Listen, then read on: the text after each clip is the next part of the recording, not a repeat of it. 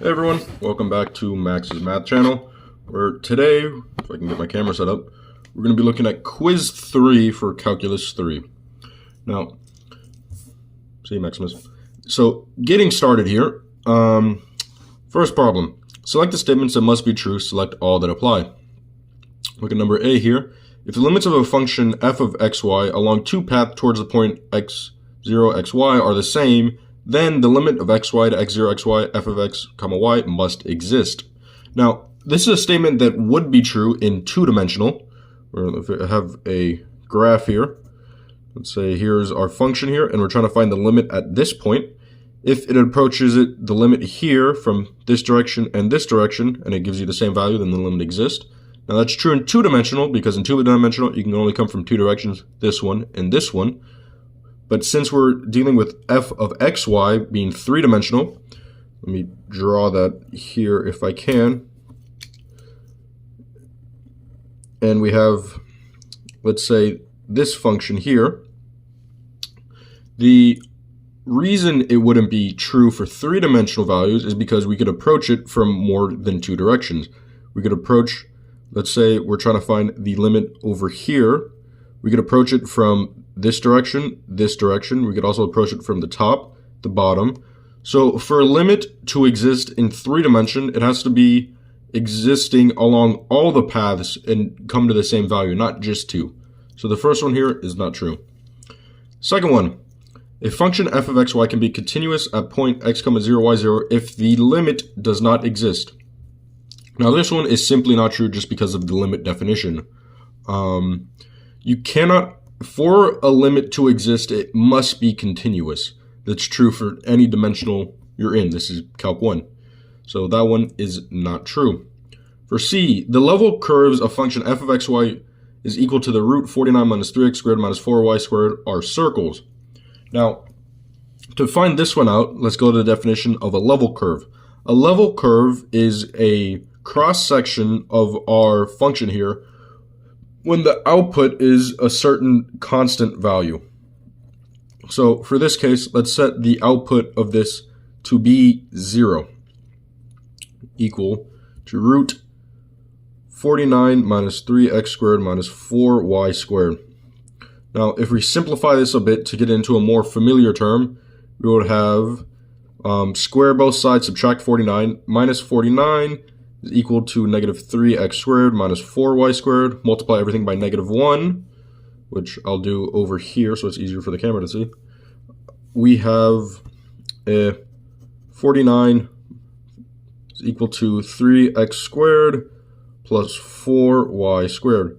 Now, this may seem like a circle, as if we can call the circles r squared is equal to x squared plus y squared. That's a very basic definition of a circle. This may seem like a circle, however, it isn't a circle. The reason it isn't a circle is because the coefficients attached to the 3 and the y variable, the x and the y variable, are not the same. Since the coefficients are different, when we would actually plot this here, we would get something that looks a little bit like this. An oval shape, not a circle shape. For it to be circular, the coefficients from the x and y variables must be the same. So this one also isn't true. Let's look at number D here. The vertical traces of the function f of xy is equal to root 49 minus 3x squared minus 4y squared are semi-ellipses. Now, a vertical trace, every function has two vertical traces. First one is when the x variable is equal to a constant, and the second one is when the y variable is equal to a constant. For this example, we're going to make it easy for ourselves and choose the x and y variable to be 0 for the x and 0 for the y when we're doing each one of these respectively.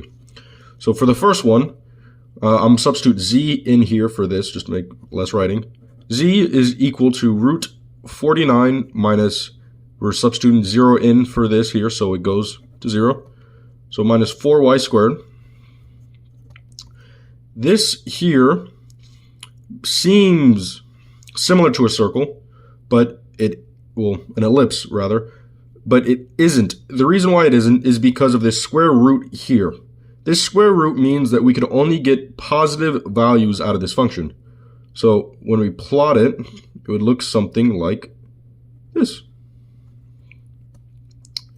Now, the reason why we would get only positive values here, and you can kind of see that, is because the square root of any number must be positive. These are graphing only real numbers. The reason we could square it over here no problem is because when we were squaring it over here, we're squaring it onto a a value of 0 here. So we wouldn't get that weird plus and minus constraint where we'd have to choose between plus and minus. Here, if we were to square it over, we would have to square it over to the z value. When we square it over to the z value, you get weird constraints of plus and minus, which you would have to choose, and then you'd have to choose a plus. So it's the whole thing. Don't worry about it. Semi-ellipse. For the second one, z is equal to root 49 minus 3x squared, and then this term minus 4y squared goes to 0 because we're plugging 0 here, so this goes to 0. This once again would be semi-ellipse. However, the graph would look this way. Only positive x values for this one.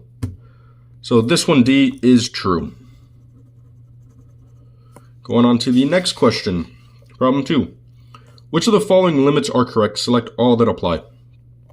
Looking at the first limit here, to evaluate this limit, if we try to plug in 1, 1, we would see very quickly that we would have a divide by 0 error. So we need to do a little bit of algebraic simplification here. Now, recall for this limit here, if we would look this factors and this factors here. Now, what they factor into is this right here. 2x plus y times x minus y over x plus y, x minus y. Now, as you can see here, this could cross out. So all we're left with is 2x plus y over x plus y. Now we could plug in our 1, 1, and we're going to be left with 2 plus 1 is 3 over 2. That confirms this limit here is equal to 3/2. So the first one, A, is true. For the second one here, the limit as xy approaches 0, 1 of y squared sine of 2x over x is equal to 2. Once again, if we were to try to plug in our 0, 1 here, we would have a divide by 0 error, so we need to do a little bit of simplification. Now, the way you do this one is a little bit trickier. You're going to have to get a little creative with it. If we take a look at this limit could be split up as the limit of x, y goes to 0, 1 of y squared times the limit of x, y goes to 0, 1 of the sine of 2x over x. Now, we could do this because of our limit rules. We could just break apart the limit. This is a valid rule here. And now we could evaluate these individually. For the first one here, the limit as xy goes to 0, 1, just plug in 1 for y, we're going to get 1 for this limit. For this limit here, we plug in 0, we're going to get a 0 over 0. And since we're only dealing with one variable here, we could use L'Hospital, the favorite rule when it comes to limits. And this will go to cosine of 2x, take the derivative of the top, divided by the derivative of the bottom. And now we got to make sure you always write your limit. Notation is important. Now we could plug in 0 for x, and we're going to be left with 2. So this value times this value, 1 times 2, is equal to 2. So this one is also correct. For the last limit statement here, limit of xy goes to 0, 0 of x cubed times y over x to the 6 plus y squared does not exist. Hint, try paths of the form y is equal to x to the n for n is equal to 1, 2, and 3. Now, thankfully for this one, they give us a little hint here. Now, recall from the top definition here of what I stated, where for a limit to exist in 3 dimensions, it has to be approached from every single angle and exist that way. Now, if you look over here, that's exactly what we're going to try to find. We're going to try to evaluate this limit for different paths of y is equal to the x to the n. And if it exists for every path of y equals to x to the n, then this limit exists. Now, we could start here. Let's say y is equal x to the third. So everywhere we have a y, we're going to plug in x to the third. So this function becomes x cubed times y to the third, or comes to x to the third, so x cubed times x cubed, over x to the 6 plus, we have a y here, so x cubed squared. This term here, using our exponent rules, comes over to x to the 6 over x to the 6th plus, we have a 3 and a 2, we multiply them, plus x to the 6th. Now, we have this plugged in. Now we got to find the limit statement. So once again, since we only have an x, we could rewrite it a little bit easier. Limit as x goes to 0, pulling that from here, of x to the 6 over x to the 6 plus x to the 6 gives us 0, 0. So we're going to have to use Le Hospital quite a few times here. First time using Le Hospital, we get 6x to the 5th over 6x to the 5th plus 6x to the 5th. And I will just repeat this step over and over again until we get rid of one of these x's so that we no longer have this 0 over 0 error.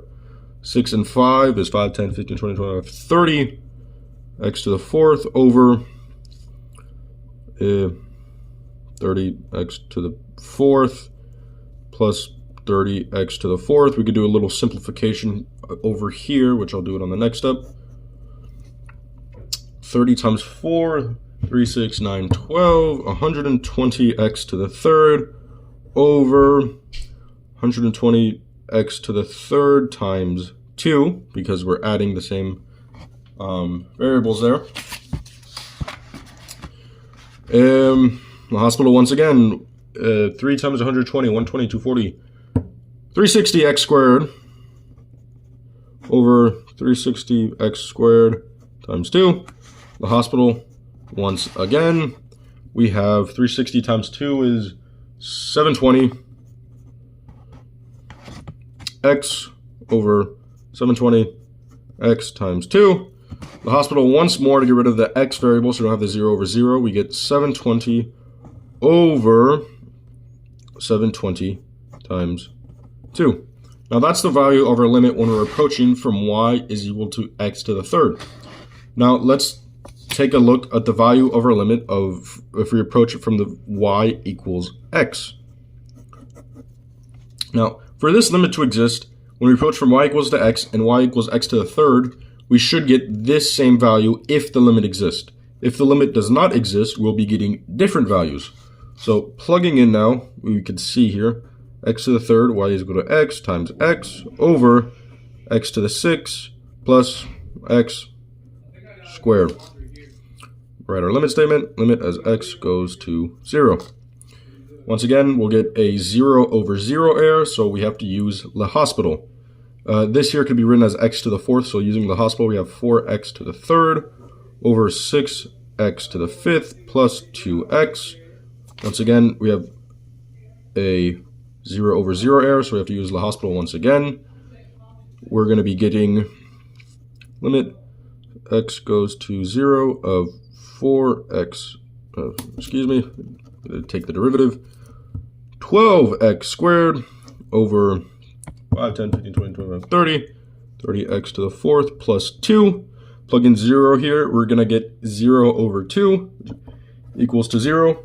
So the limit here does not exist. That is true. The reason it doesn't exist is because when we're approaching from different paths, one path of y equals to x, we get it's equal to 0. The other path, y is equal to x cubed. We did all this in the hospitals, and we get this number here, which simplifies to 1 over 720. And recalling again from this definition, for the limit to exist in 3 dimension, it has to exist to the same value coming from all points. Since it doesn't exist to the same value coming from all points, this limit does not exist. So that's true. That is quiz 3 for calculus. Hope you guys enjoyed. Catch you on the next quiz.